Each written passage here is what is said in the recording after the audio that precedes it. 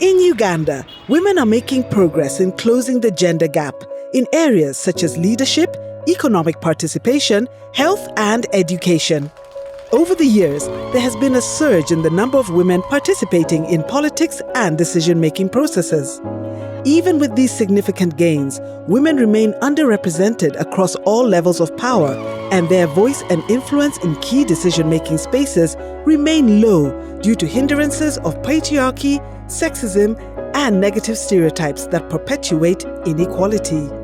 The second phase of the Democratic Governance Facility, or DGF, was launched in 2018 by 7 development partners as a 5-year program aimed at providing harmonized, coherent, and well-coordinated support to state and non-state entities to strengthen democratization, protect human rights, improve access to justice, and enhance accountability in Uganda. The DGF supported efforts to enable women in Uganda to make informed decisions by increasing their access to information, including on human rights. DGF partners sought to break barriers to women's involvement and recognition in leadership. This included initiatives that supported women's representation and effective utilization of the media, as well as strengthened gender lenses in media. Mama.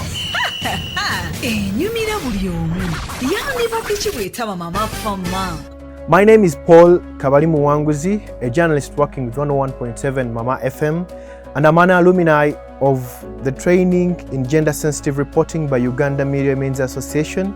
After the training, I knew I had a role to play in ensuring that these women get the time they need in my programming. For example, we came up with a studio line that is dedicated to specifically women, and it has been efficiently used. So every time you see the phone light on and it's for the female, then you know it is a woman calling. I was able to convince my colleagues to adopt the gender media scorecard, where we had to ensure 50% of women inclusion in our news. So we are doing a deliberate move to see that women at all costs are in our news. As a result of DGF support to Uganda Media Women's Association, we are able to see a positive shift on the representation and portrayal of women politicians in the media. At AMWA, we have empowered the women on advocacy skills to be able to, one, use the media, and then use that media to advocate for issues that affect them. The partnership that UWONET had with the DGF mainly focused around empowering women in leadership.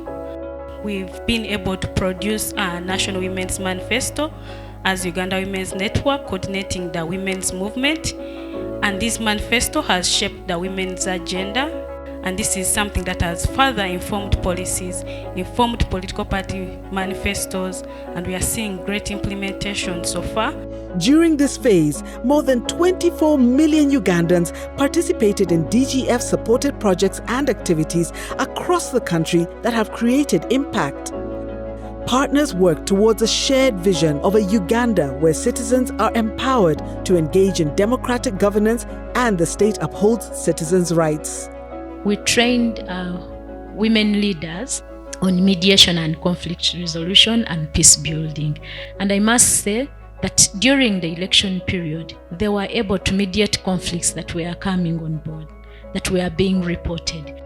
The other impact that we saw during the project period was reduction of conflict in the districts where we were operating. Some of those districts and sub-counties were hotspot sub-counties for electoral violence. But I must say that reduced. My name is Zulaika Sebi Tanula, Vice Chairperson Women Council Kasanda District. Neighbors are WIPC kubanga, they taught me how to mediate. After being trained by WIPC on mediation and conflict resolutions, I've become a counselor to the community. Nasobola okumediatinga couples ezenjawulo. Nsobodde okumediatinga political parties. Nkyusizza obulamu bw'abantu abamu. Abantu bayagala nnyo obutabanguko, okudduka mu maka, kulekawo maka gaabwe, abasajja tebatulabirira. No, we brought them on board. Omwami n'omukyala ne basobola okukwatagana, ne bakola emirimu gyabwe, ne balivinga peacefully. Kati nfuuse contact person. Any problem, any mediation case, any counseling, any guidance, they feel Zulaika has to be present. Asobole okwogerako mu bantu. So I'm proud of WIPC. I thank it for the trainings they did. Okulaba nga bankyusa okunfuula omukyala ow'obuvunaanyizibwa asobole okutuusa eddoboozi mu bantu ate era ne bakyuka. Under the thematic focus area of women's participation in politics and governance, DGF supported efforts by partners to implement projects that sought to empower women leaders and local councillors. Through these engagements, over 14,000 women representatives were supported to effectively participate in decision-making processes and structures. My name is Aisha Waligo. I'm the president of the Democratic Party Women's League. My becoming president of the Democratic Party Women's League was partially a contribution of the African Women Leadership Institute, which I attended, organized by Akina Mama of Afrika. Because from that training, I got an capacity to do mobilization for young women. So when it came to my voting, my campaigning message was well shaped and I could ably convince them to vote for me as the best candidate who could take up their issues. With the DGF project, we set out to strengthen the capacity of women leaders, those are the women in political leadership, to be able to espouse feminist principles, to be able to amplify the voices of those that they represent, but most importantly, for them to collectively work together for a common goal. So when I left the AWULI, I had to come back to my political party. The first thing I wanted to see was to have the Democratic Party Women's League, a semi-autonomous organ of the party. So deliberately, I went across the country, mobilized women to come and stand, to become members of the National Executive Committee of the party. Today I'm here celebrating. I have 20 women from 4. Then we have 20 as a party.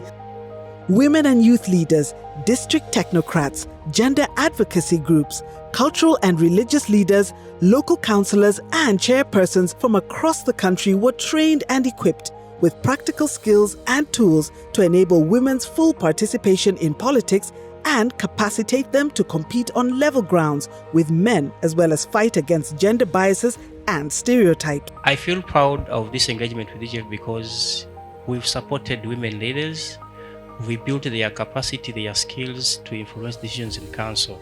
Before the engagements, women leaders lacked the skill to pick issues in their communities and then inform the council of what is existing.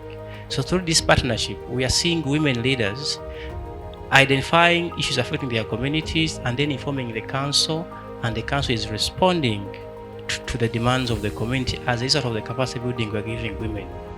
In addition, gender-responsive laws, policies and programs that protect women's rights and access to justice have been enforced.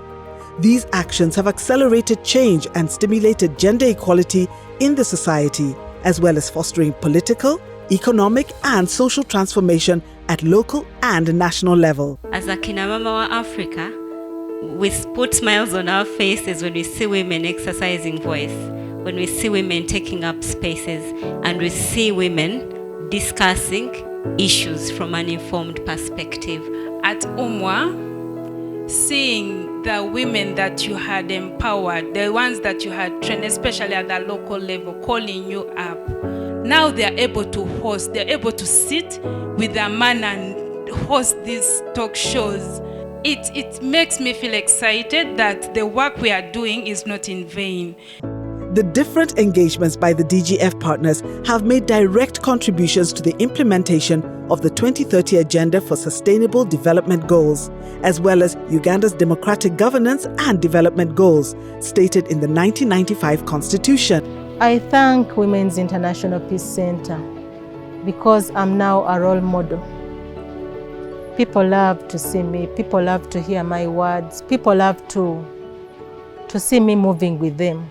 Were able to build their capacity empower them with knowledge on electoral processes, and they were able to do what? To use that knowledge to participate, to take on leadership positions, but also to speak up on issues affecting them. So for me, I'm proud to say that the funding that we received from DGF actually did a great impact in the community where we are operating. Ninga ebakyusa obulamu bwange kangambe oba nalokoka nakyuka kinene nnyo. As I left the African Women Leadership Institute, I'm happy that we have our own charter as women. Just imagine. So, did they agreeing to sign a document that empowers women, that lets women fly their wings to other horizons? It was really very critical. Each day, actually, I'm happy seeing that the change that I see in the community, the feedback they share with us makes me happy that our effort working with DGF has not gone for nothing.